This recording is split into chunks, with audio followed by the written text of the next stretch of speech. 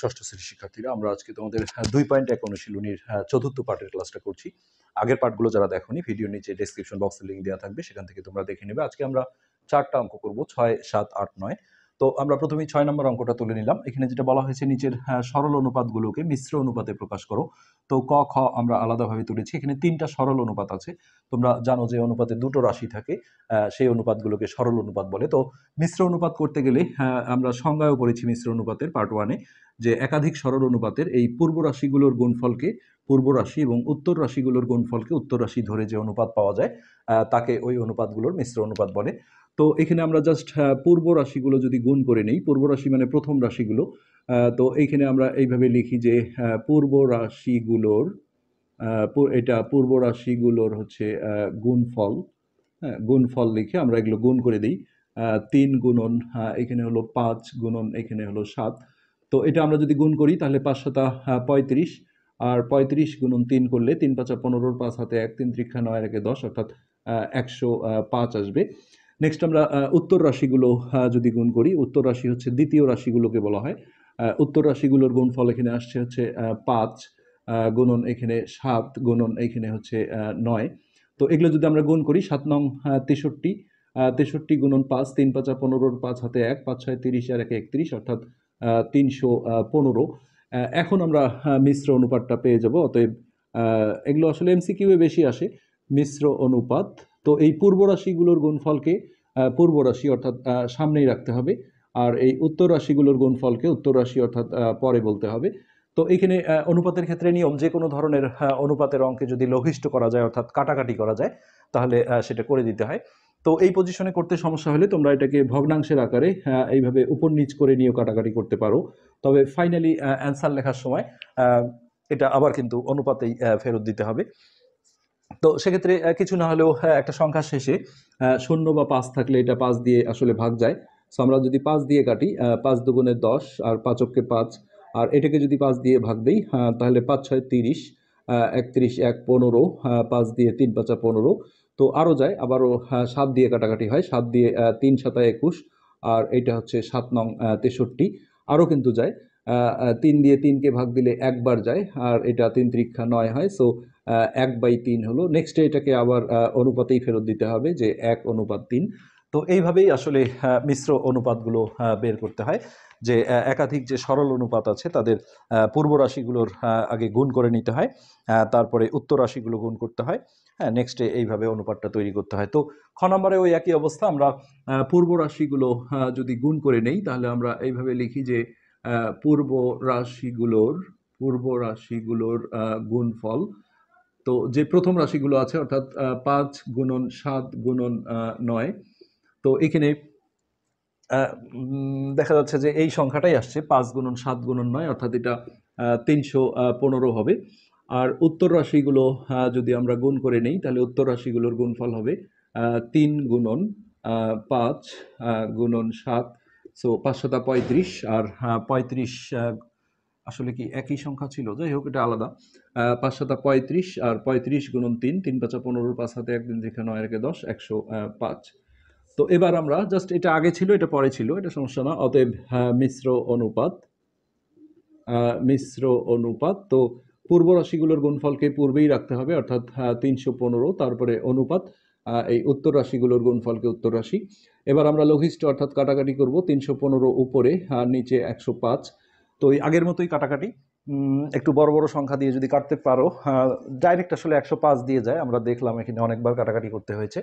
তো 105 দিয়ে এটাকে ডাইরেক্ট 3বার যায়, 3 5 15, 5 হাতে 1, 3 0 0 1, একবারে আমরা কেটে দিলাম। 105কে যদি আমরা 105 দিয়ে ভাগ দিই, তাহলে 1, আর এটা 3বার যায়, অর্থাৎ শেষে আবারও অনুপাতে ফেরত দিতে হবে, অর্থাৎ 3:1। তো এটি ছিল আমাদের 6 নম্বর। নেক্সট আমরা 7 নম্বরে যে অঙ্কটা আছে, আমরা 7 নম্বর আসলে একটা এমসিকিউ ছোট্ট, আমরা এখানে সেরে নিই। একটা ব্যস্ত অনুপাত চাওয়া হয়েছিল 7 নম্বরে, সেটা হচ্ছে যে 9:16 অনুপাতটিকে ব্যস্ত অনুপাতে প্রকাশ করো। 9:16 একে ব্যস্ত অনুপাতে। তো এগুলো আসলে এমসিকিউ এ আসে। হ্যাঁ, প্রকাশ করো। ব্যস্ত অনুপাত মানে হচ্ছে যে অতএব উল্টায় দিতে হয়, জাস্ট এত এর আমরা একবারই এটা করব। ব্যস্ত অনুপাত, যেটা উত্তর রাশি আছে অর্থাৎ পরে আছে এটাকে সামনে দিতে হয়, আর যেটা পূর্ব রাশি আছে এটাকে উত্তর রাশি বানিয়ে দিলে এটা ব্যস্ত অনুপাত হয়ে যায়। সো এটাই হলো আমাদের 7 নম্বরের অ্যান্সার। এরপরে আমরা 8 নাম্বার যে অঙ্কটা আছে এটাও আসলে এমসিকিউ। নিচের অনুপাতগুলোর কোনটি একক অনুপাত? তো আমরা এটা তোমাদের বইয়ে আসলে দেখিয়ে দিচ্ছি। একক অনুপাত মানে হচ্ছে এই যে 8 নাম্বারটা তোমরা খেয়াল করো, একক অনুপাত মানে হচ্ছে পূর্ব রাশি আর উত্তর রাশি একই থাকবে, 21:21। তো এটাই হবে আমাদের 8 নাম্বারের অ্যান্সার। আমরা 8 নাম্বার আর করছি না। এরপরে আমরা 9 নাম্বার যে অঙ্কটা রয়েছে আমরা সেটা তুলে নিচ্ছি। তো এটা ছিল আমাদের 9 নম্বর অঙ্ক। 550 টাকাকে 5:6 এবং 4:7 এই অনুপাতে ভাগ করে দিতে বলা হয়েছে। তো বড় অঙ্কগুলোতে গিয়ে আমরা এরকম পাবো, যখন কোনো একটা মোট জিনিসকে কোনো একটা অনুপাতে ভাগ করে দিতে বলে, আসলে দুইটা একসাথে হবে না, একটা একটা করে, তখন এটাকে সমানুপাতিক ভাগ বলা হয়। অর্থাৎ এটা সিস্টেম হচ্ছে যে অনুপাতের রাশিগুলো আগে যোগ করে নিতে হয়। আমরা দেওয়া আছে দিয়ে এই প্রথম অনুপাতটা তুলে নিলাম, তারপরে অনুপাতের রাশিগুলোর যোগফল 5 আর 6 আমরা যোগ করে দিলাম 11।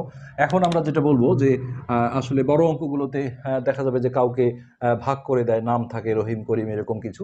এখানে যেহেতু কিছু নেই, তো আমরা এখানে প্রথম ভাগ দ্বিতীয় ভাগ এইভাবে বলতে হবে। প্রথম ভাগের ক্ষেত্রে প্রথমে হচ্ছে যে মোট টাকাটা নিতে হয়, তারপরে এখানে তোমরা এর বা গুণন চিহ্ন দিতে পারো, আর এই অনুপাতের রাশির যোগফলটা নিচে রাখতে হয়। আর যখন যেটা বের করছো, অর্থাৎ প্রথম ভাগ মানে অনুপাতের যে প্রথম সংখ্যাটা আছে এটা উপরে থাকবে, আর এখানে আমরা ব্র্যাকেট দিয়ে টাকা লিখে দেবো। হ্যাঁ, তো এখন আমরা এইটা দিয়ে যদি এটাকে কাটাকাটি করি, 11 দিয়ে 11কে ভাগ দিলে একবার যায়, আর এটা 50 বার যায়। নিচের একের কোনো ভ্যালু নেই, সো উপরের সংখ্যা দুটো গুণ করে দিলে 5 শূন্য শূন্য আর 5 5 25। তো প্রথম ভাগে এত টাকা হবে। ঠিক একইভাবে আমরা যখন দ্বিতীয় ভাগ বের করব, জাস্ট এই জায়গাটায় চেঞ্জ হবে, এই 6 বসবে, আর বাকি জিনিসগুলো একই থাকবে। 550 এর বা গুণন অনুপাতের রাশির যোগফলটা নিচে, আর দ্বিতীয় সংখ্যাটা অনুপাতের এটা উপরে দিয়ে এইখানে আমরা টাকা লিখে দেব। ওই একই কাটাকাটি 11 দিয়ে, তো এটাকে 50 বার যায়। আমরা যদি এটা গুণ করে দিই, 6 শূন্য শূন্য 5 6 30, অর্থাৎ 300 টাকা। তো এখানে একটা বিষয় আছে যে এই দুটো টাকা যোগ করলে ওই মোট টাকাটাই ঘুরে আসবে। খেয়াল করে দেখো যে এটা যোগ করলে 550 টাকায় আসে। তো এবার আমরা দ্বিতীয় যে আরেকটা অনুপাত আছে সেই অনুপাতের কাজটা করব, যে আমরা এখানে লিখব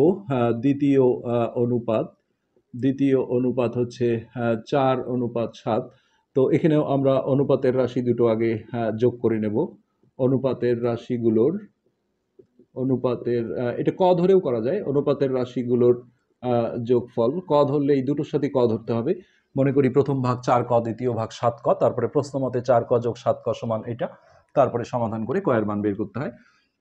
তো এটা যোগ করলে হবে 4 আর 7 11। এখন আমরা প্রথম ভাগে কত হলো আর দ্বিতীয় ভাগে কত হলো বের করে ফেলবো। তো মোট টাকা গুণন অনুপাতের রাশির যোগফল নিচে, আর প্রথমের সময় প্রথম সংখ্যাটা নিতে হবে। এখানে ব্র্যাকেট দিয়ে আমরা টাকা লিখে দেব। 11 দিয়ে যদি আমরা কাটি তাহলে এটা 50 বার যাবে। তো নিচের একের দাম নেই, উপরে আমরা গুণ করে দিলে 200 টাকা পাবো। এই একইভাবে আমরা দ্বিতীয় ভাগ যদি বের করি তাহলে 550 গুণন অনুপাতের দ্বিতীয় সংখ্যাটা থাকবে উপরে। অনুপাতের রাশির যোগফলটা সবসময় নিচে রাখতে হবে, এখানে যেন প্রকৃত ভগ্নাংশ হয়, এদিকে তোমাদের খেয়াল রাখতে হবে। তো ওই একই কাটাকাটি 11 দিয়ে এটা 50 বার যায়, নিচের একের দাম নেই, সো এটা গুণ করে দিলে 7 শূন্য শূন্য 5 35। তো দেখতে ছোট, আসলে অঙ্কটা অনেক বড়, 4টা উত্তর। তো এগুলোই কিন্তু এটার অ্যান্সার। পরীক্ষা আসলে এইভাবে আসলে অঙ্ক আসে না, যাই হোক। তো এটি ছিল আমাদের আজকের পার্টের লাস্ট অঙ্ক। আমরা এর পরের পার্টগুলোতে ধারাবাহিকভাবে বাকি অঙ্কগুলো করব। আজকে এ পর্যন্তই, ধন্যবাদ।